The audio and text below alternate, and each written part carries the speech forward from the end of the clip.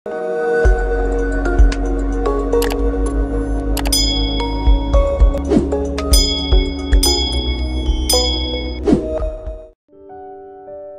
kecil. Boleh jadi kaya di dunia tapi sebentar. Boleh nikmat sebentar. Punya jabatan sebentar, semua mau habis. Apapun kekuasaan, keturunan, kebahagiaan, harta, bisnis, usaha, semua itu boleh anda dapat tapi sebentar. Yang harus menjadi nilai bagi kita akhirat. Akhirat. Bal tu'thiruna al-hayata ad-dunya wal akhiratu khairun wa abqa. Hidup di akhirat itu jauh lebih indah, jauh lebih lama. Tidak ada sebentar kalau akhirat, selama-lamanya. Sekarang saya bertanya, mau hidup di dunia senang sebentar, tapi di akhirat susah selama-lamanya? Boleh? Boleh tidak? Senang dunia, senang, sehat, afiat, semua bagus, rumah bagus, kereta bagus, istri cantik, anak banyak, harta di mana-mana, usaha, bisnis, haji, umrah setiap tahun, alhamdulillah diberikan banyak kemudahan. Senang sebentar, tapi di akhirat susah selama-lamanya. Boleh? Mau? Hah? Siap? Macam mana kalau kita susah sebentar di dunia tapi senang selama-lamanya? Boleh tidak? Boleh. Tapi kalau jawab mudah, saya sekarang bagi soal, tuan-tuan jawab itu mudah, tapi amalkan susah. Menamalkan susah, mempraktik susah. Semua berkata lebih bagus susah sebentar dunia tapi selama-lamanya senang. Lebih bagus lagi senang dunia, senang akhirat. Itu manusia. Manusia suka macam itu. Dibanding walaupun kita susah 60 tahun, dibanding di akhirat jauh lebih banyak akhirat. 60 tahun sama akhirat belum satu hari. Satu hari di akhirat 1000 tahun di dunia. Satu hari akhirat 1000 tahun di dunia. Bayangkan tidak ada batas selama-lamanya. Berarti 60 tahun tidak ada arti. Tapi sekarang banyak orang jadikan 60 tahun itu berharga. Dia boleh berbohong, dia boleh menipu, dia boleh dusta, dia boleh bermacam-macam dosa maksiat demi 60 tahun. Dia lupa selama-lamanya. Kalau kita berakal, yang semestinya jadi korban 60 tahun. Kalau ada tawaran, mau 1000 atau 60, milih mana? Hah? Anda tuan-tuan milih mana? Kalau saya tawarkan 60 ringgit, 1000 ringgit, milih mana? Tak ada orang kata sedikit ikhlas lebih baik daripada banyak ikhlas. Saya mau yang banyak ini, biarpun tidak ikhlas tidak apa, tapi 1000 saya dapat. Itu sifat manusia. Suka mengambil yang banyak, suka mengambil yang tinggi. Tapi semestinya yang tinggi ini bukan di dunia, ini semua di akhirat. Kalau di dunia ini apapun nikmat, apapun kita dapat, semuanya kecil, tidak ada arti untuk akhirat. Oleh karena itu pandai seorang, cerdas seorang, mulia seorang, yang dia selalu mengutamakan akhiratnya.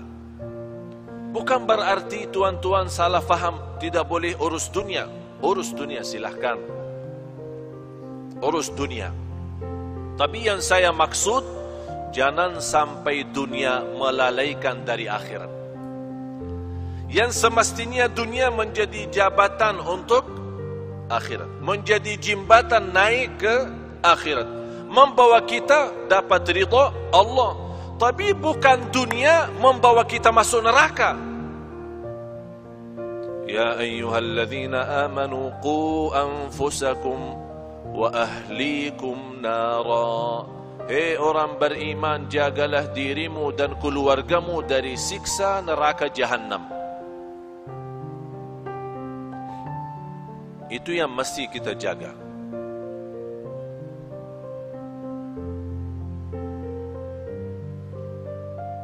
Tapi kalau kita nampak umat Islam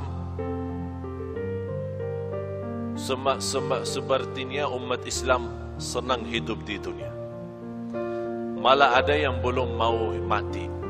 Kalau boleh dibagi tawaran tidak boleh mati, senang manusia mau. Sekarang saya bagi pertanyaan tuan-tuan, mau mati tidak?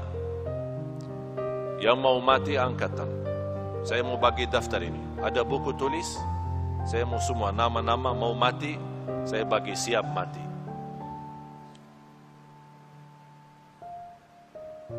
Siapa? Kenapa kita takut mati? Karena semua kita tahu diri. Semua tahu diri. Masih banyak kurang. Belum sempurna ikhlas, belum sempurna iman, masih banyak kekurangan amal salih, masih banyak dosa maksiat. Ya takut mati.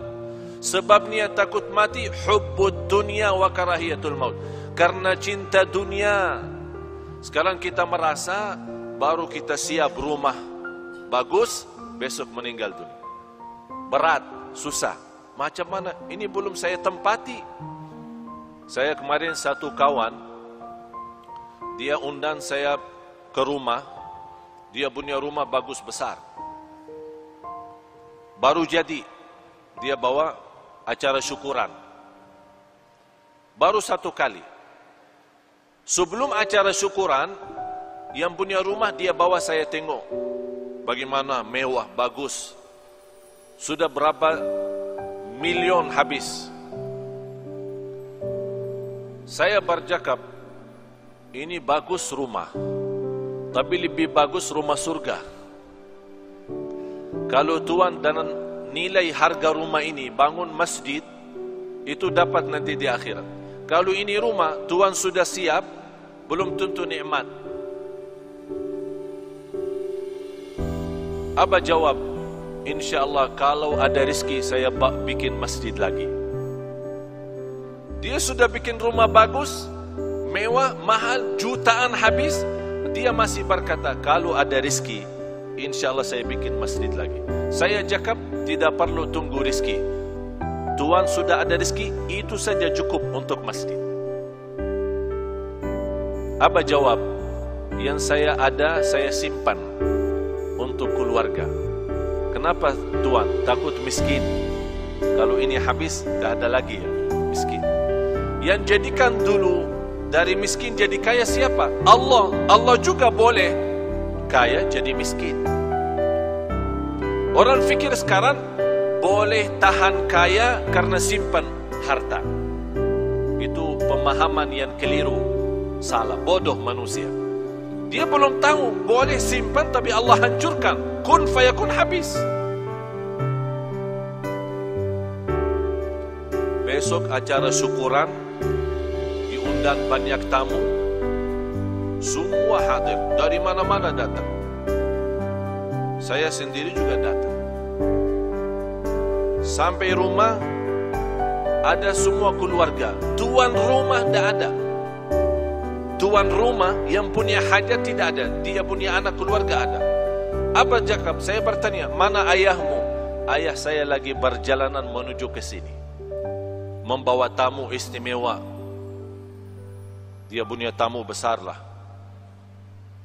Dalam perjalanan kita tunggu-tunggu, saya terima telepon, dia punya orang tua dalam perjalanan meninggal dunia. Sekarang rumah bagi keluarga jadi sial. Tidak boleh ada masuk. Sekarang rumah kosong. Itulah hidup di dunia, tidak ada arti. Oleh karena itu tuan-tuan, mesti kita fikir serius. Hidup di dunia ini tidak jamin sisa berapa. Sekarang boleh jumpa, saya sudah 7 kali ke Malaysia. Boleh 7 kali ini terakhir. Mudah-mudahan kita jumpa di surga Allah Subhanahu Wa Taala. Tapi harus mesti kita fikir baik-baik. Fikir dengan serius. Dunia ini sebentar. 60 tahun, 70 tahun belum arti. Satu hari di akhirat 1000 tahun di dunia. Nabi Nuh alaihissalam umur melebih dari 1000. Ada riwayat 1300 tahun dia punya umur. Ditanya, wahai Nabi Nuh, macam mana hidup di dunia? 1300 tahun, lumayan besar. Mau 1000 hidup di dunia? 60-70 sudah sakit, banyak sakit. Macam mana kalau 1000?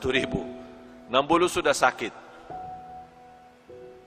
Karena terlalu banyak beban dunia. Jawab Nabi Nuh, 1300 tahun itu macam saya masuk satu pintu, keluar pintu lain. Sekarang ini kan ada 2 pintu masjid. Masuk sini, keluar sini. Kira-kira berapa menit? Hanya lewat kan? Dari pintu masuk, keluar pintu lain. Tidak lebih dari 2 menit, 3 menit. 1300 tahun kata Nabi Nuh macam itu. Masuk satu pintu, keluar pintu lain. Kalau 1300 tahun macam itu, terus 60 apa? 60 apa? Satu ketik mata, 60 itu sama akhirin, udah habis. Coba tutup mata, buka langsung. Boleh? Coba tutup mata, buka langsung.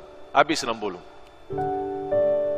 Oleh karena itu, kalau tuan-tuan masih ingat, lagi dilahirkan, apa yang dibuat pas lahirkan?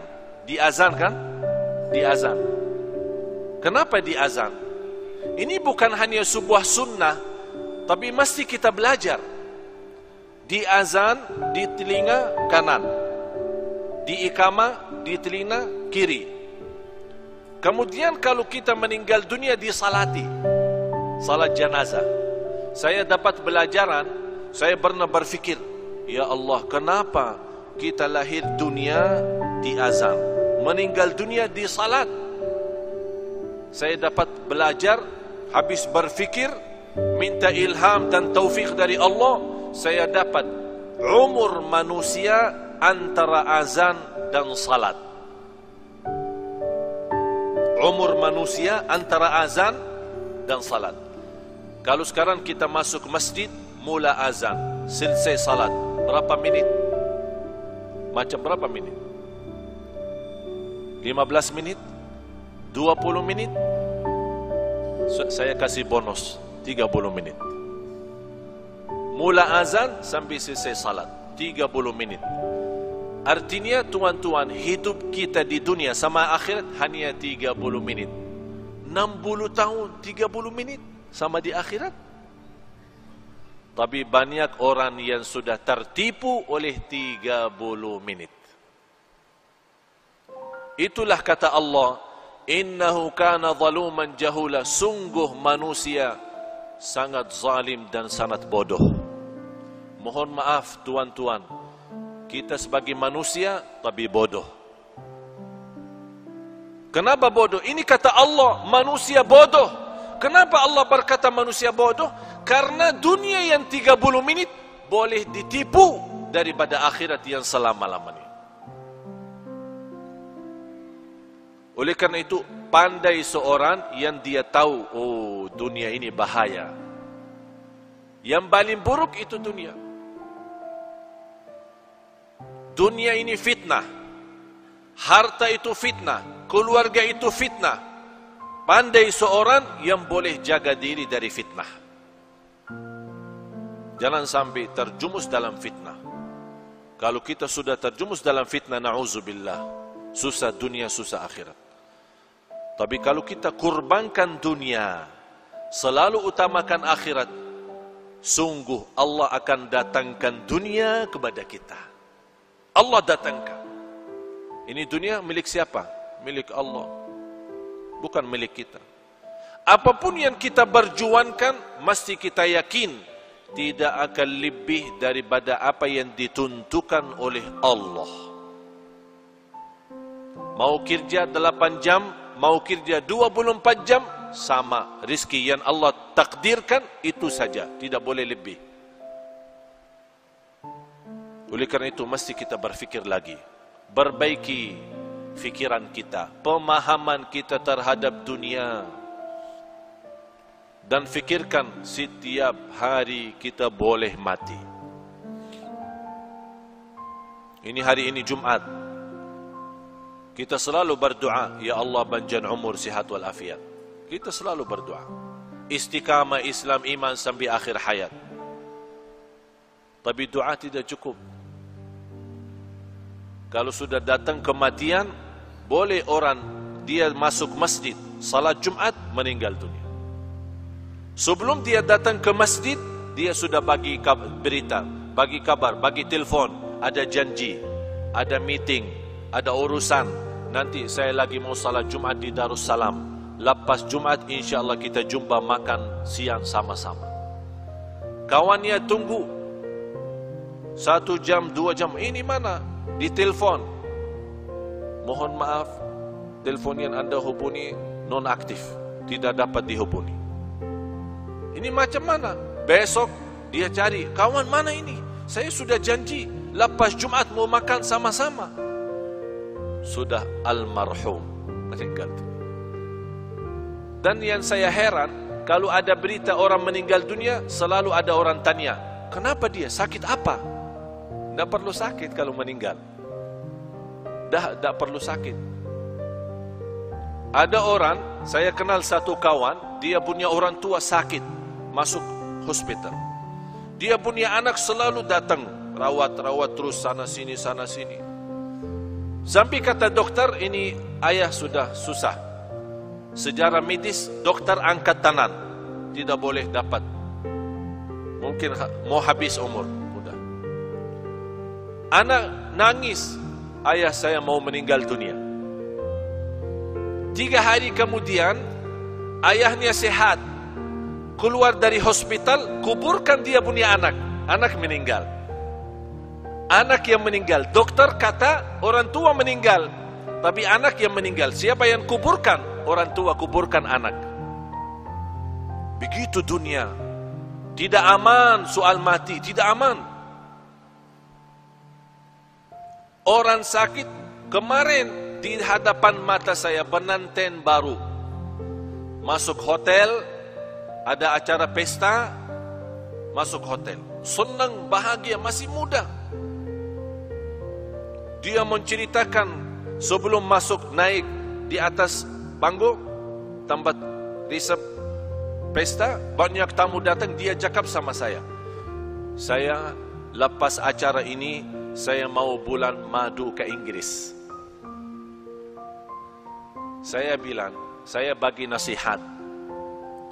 Karena Allah bagi nikmat nikah, mesti ada nawaitu lebih baik.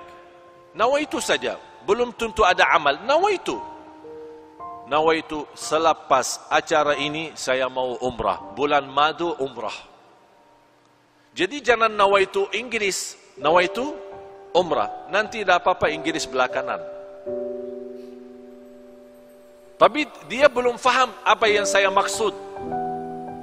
Begitu dia senang dan dia berencana sama orang tua mau siap-siap, lepas acara langsung berangkat ke Inggris. Orang-orang masih pesta, tamu-tamu lagi makan, orang pertama datang salaman, ucapkan tahniah, meninggal dunia. Langsung dia berdiri, jatuh. Orang fikir apa? Mungkin pingsan. Dibawa langsung meninggal dunia. Inggris tidak dapat, bulan madu tidak dapat, bulan madu di dalam kubur. Oleh karena itu jamaah sekalian, selalu anda punya niat baik. Walaupun belum tentu amal, tapi ada niat. Allah kasih nikmat, insya Allah saya dapat mudah rizki, nawaitu umrah. Belum tentu ada umrah, tapi ada nawaitu. Seandainya meninggal dunia, Allah kasih pahala umrah, karena kita nawaitu. Innamal a'malu binniyat. Mula amal itu tanpa niat. Oleh karena itu selalu kita punya amal baik, niat. Mau tidur, silahkan tidur. Nawaitu apa? Nawaitu bangun salat malam. Ada niat. Kalau kita meninggal dunia, Allah bagi pahala salat malam. Walaupun tidak salat, itu nikmatnya niat. Dan tidak ada di agama pun, dimanapun, yang Allah kasih pahala hanya dengan niat Allah bagi pahala. Niat saja Allah bagi. Sama juga Allah bagi dosa maksiat bagi orang nawaitu jahat. Lagi makan, nawaitu apa? Saya mau bagi makan nasi Arab, kebuli, biryani, supaya sehat, kuat, saya boleh rantam orang. Berantem sama orang. Itu niat jahat. Makanan nikmat halal Allah jadikan dosa maksiat. Karena dia ada niat tidak bagus. Oleh karena itu tuan-tuan selalu bawa niat baik. Kalau kita meninggal dunia, Allah jaminkan pahalanya. Walaupun kita tidak sempat, tidak ada masa untuk kita amalkan.